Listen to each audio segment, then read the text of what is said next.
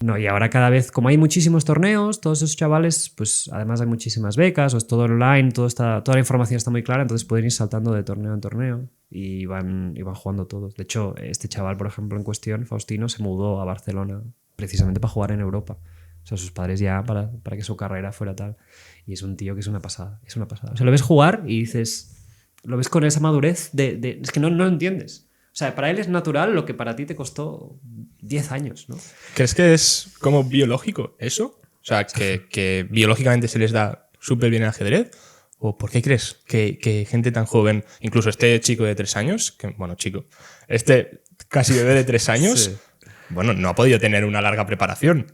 Yo creo que hay mucha varianza y muchas maneras de enfocar el ajedrez que son bastante buenas y que te pueden venir innatas. Y por ejemplo, como me dedico a la enseñanza del ajedrez, al final llevo 10 años o así, y una de las cosas que pensaba es, ¿yo qué tenía de bueno? ¿Yo por qué fui bueno y los demás no tanto? ¿No? Porque al final, o sea, yo no es...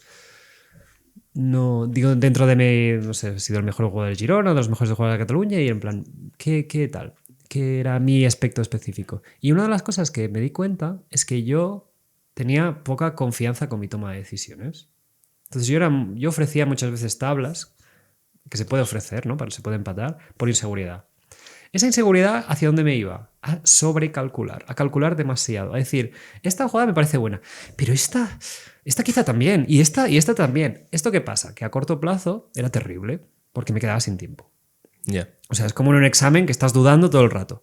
Pero a largo plazo, ¿qué acaba pasando? El interés compuesto de todo ese sobrecálculo hizo que yo estaba mucho más acostumbrado a calcular muchísimo, mucho más que mi rival, a refutar mis argumentos una y otra vez.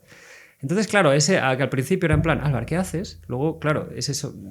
De golpe, pues eso llegó a un punto de estos de clímax, cuando tuve 12 años, y claro, ahí toda esa ventaja, toda esa costumbre de dar mucho más, y sobre todo en situaciones de tensión, porque me quedaba sin tiempo, entonces con 30 segundos por jugada, calculaba más que mucha gente con 10 minutos.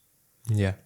Entonces, claro, ahora soy muy bueno cuando no me queda tiempo, pero soy bastante peor cuando tengo mucha gestión del tiempo. Y viendo un montón otros jugadores de la élite, otros jugadores y tal, hay muchísimos estilos, hay muchísimos enfoques. Y hay gente que, por ejemplo, no entiendo cómo juega tan bien.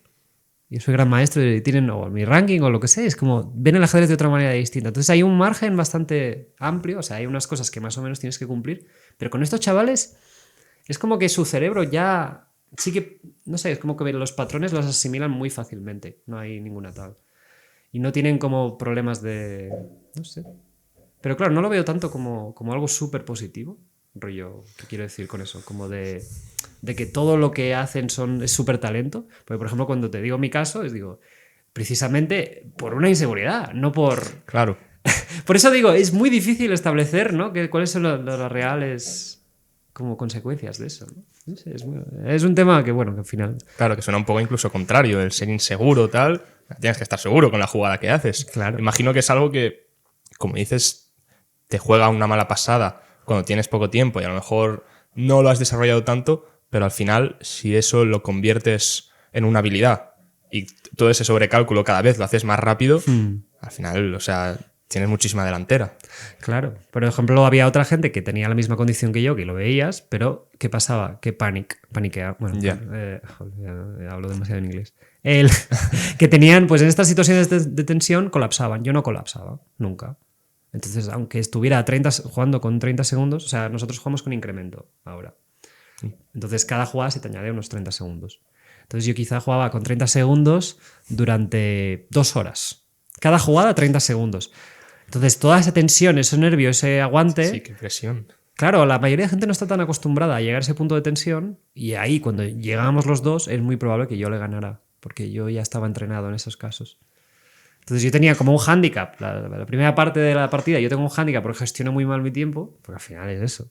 Pero luego yo superaba a muchísima gente. Pero ¿qué pasa? Que hay gente que tenía esa experiencia, pero colapsaba. Entonces, claro. Y luego hay gente que nunca llega a apurarse porque lo gestiona mucho mejor. Y entonces, cuando llegan estos casos, de golpe bajan muchísimo el nivel. No sé, es muy interesante. O sea, tú no dirías que es necesariamente como lo que conocemos como IQ, de inteligencia biológica, sí. Porque, claro, tú tienes una carrera que, bueno, para mucha gente sería súper complicada mientras has hecho muchas más cosas. Ahora comentábamos la historia de un chico que hace 1000 cosas y además da la casualidad que juega ajedrez. Sí. ¿Crees que tiene algo relacionado con eso No sé. que conocemos como el IQ? Es que he visto un espectro de gente en el mundo del ajedrez. Sí que te puede ayudar en ciertos aspectos a verlo mejor, pero también, no sé, hay mucho cuando hay, por ejemplo, no sé si conoces a Vladimir Kramnik o no sé si has oído hablar de él. No. O sea, sí, pero no le pongo cara. Digamos que ahora está haciendo como una campaña contra el ajedrez cheating online. Vale, sí. Y claro, te das cuenta que los jugadores de ajedrez somos muy buenos en ajedrez. Pero eso no se traspasa a otras cosas necesariamente. Okay. Rollo que tenemos una condición que, bueno, sí, si nos ponemos a estudiar luego una cantidad de horas, quizá absorbemos esa información más rápido que otra persona que no. Pero digamos que hay como, no sé, y cuando ves que hablan gente de otros temas, ¿no? Grandes maestros hablan de otros temas, a veces pues, dices, pues mejor que se quede con el ajedrez, ¿no? Entonces sí que hay una especialización y a veces le quita un poco la magia, ¿no? Pero al final es reconocimiento de patrones. Yeah. Entonces, no sé, por ejemplo, últimamente estoy viendo muchos vídeos del GeoGuessr.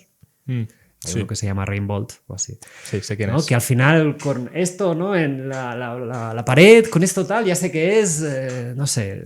Es una pasada, sí. Claro. Yo he visto que le sale como simplemente un difuminado de colores y acierta que es como, era una parte del África, de Marruecos. Sí, me ha salido. Sí, porque el tipo de cámara, la calidad de la cámara, todo esto, todo reconocer. Entonces en el ajedrez vemos muchos patrones que podemos reconocer y luego hay una parte de interpretar. Que es ahí es donde se marca la gran diferencia. Porque hay mucha gente que sí, que lo puede conocer, pero que con esa información no hace nada. Entonces gestionamos la información. Por ejemplo, una cosa que sí que creo que es muy buena, o al menos cuando yo empecé a trabajar trabajé en el ayuntamiento, 4 o 5 años, de Barcelona, me di cuenta que el ajedrez al final es unas reglas limitadas. Y yo mi manera de ver el ajedrez es, con esas reglas puedo hacer todo lo posible. Voy a ver todos los límites, voy a ver todas las jugadas. Entonces, claro, yo cuando empecé a trabajar me di cuenta que no, la mayoría de gente, o sea, ahora queda como un poco, la mayoría de gente lo ve diferente, no sé qué, no, pero lo que quiero decir es como que yo entré y dije, ¿por qué tengo que hacer este sistema? ¿No? Por ejemplo, yo me dedicaba a resolver expedientes. Y ahora cuando entré allí había expedientes más fáciles y más difíciles. Pero para mí no tenía sentido ponerme a hacer un expediente y estar ahí matándome sin saber nada. Cuando tenía cientos de expedientes por ahí, digo, bueno, voy cogiendo, voy viendo y voy creando una pila y voy resolviendo como masivamente todo esto. Porque optimizaba como un poco, pues voy a ver todo lo que tengo, todo el material. Y claro, era como, no sé, parecía natural buscar todas las opciones posibles. Y yo qué sé, me acuerdo de un problema y al final lo que hice fue crear un pequeño programa porque no teníamos eso. Y es como, porque así ya lo tenemos, ¿no? Y es como, eso que sí que creo que se puede traspasar, rollo ver, que puede ser muy útil, pero puede ser jugando juegos o jugando deportes o todo eso, cómo enfocas todas las opciones, ¿no? Ahora, por ejemplo, estoy aprendiendo a jugar a tenis de mesa, o sea, estoy federado, estoy compitiendo, y me encanta como, sí, algunas cosas las puedo traspasar, pero me doy cuenta que no se traspasan automáticamente. Por ejemplo, hasta hace relativamente poco no era consciente que una cosa muy importante del ajedrez, que es qué quiere hacer mi rival, cuál es su siguiente jugada, jugar contra el juego del rival. Básicamente, o popularmente se conoce un poco más también como lo que hacía Guardiola un poco.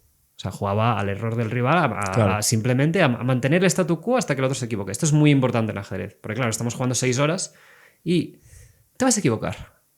Conmigo yo voy a seguir esperando, te voy a dejar todas estas opciones, rollo, te voy a enseñar las cartas y vas a decir, ¿cuál cojo? Y te voy a forzar decisiones y todas eso, digamos, que aumentan exponencialmente y claro, alguna de estas vas a equivocarte. Claro. Eso es lo que hace, por ejemplo, Carlsen, lo que hace Kasparov, lo que hacen los mejores jugadores, ¿no? Entonces, claro, en el tenis de mesa me di cuenta que no pensaba en cuál va a ser el golpe de mi rival. No lo hacía.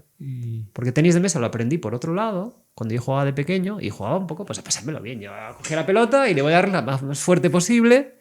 Entonces, claro, cuando me dicen, ¿no?, que el ajedrez del IQ, y digo, bueno, digamos que estamos, supongo que sí, condicionados, tenemos una estructura que nos puede beneficiar, pero si no se hace un esfuerzo consciente y no hay un estudio detrás, yo imagino que no somos diferentes de Rainbolt, por ejemplo, o de otra gente que se especialice en algo muy concreto de patrones, ¿no?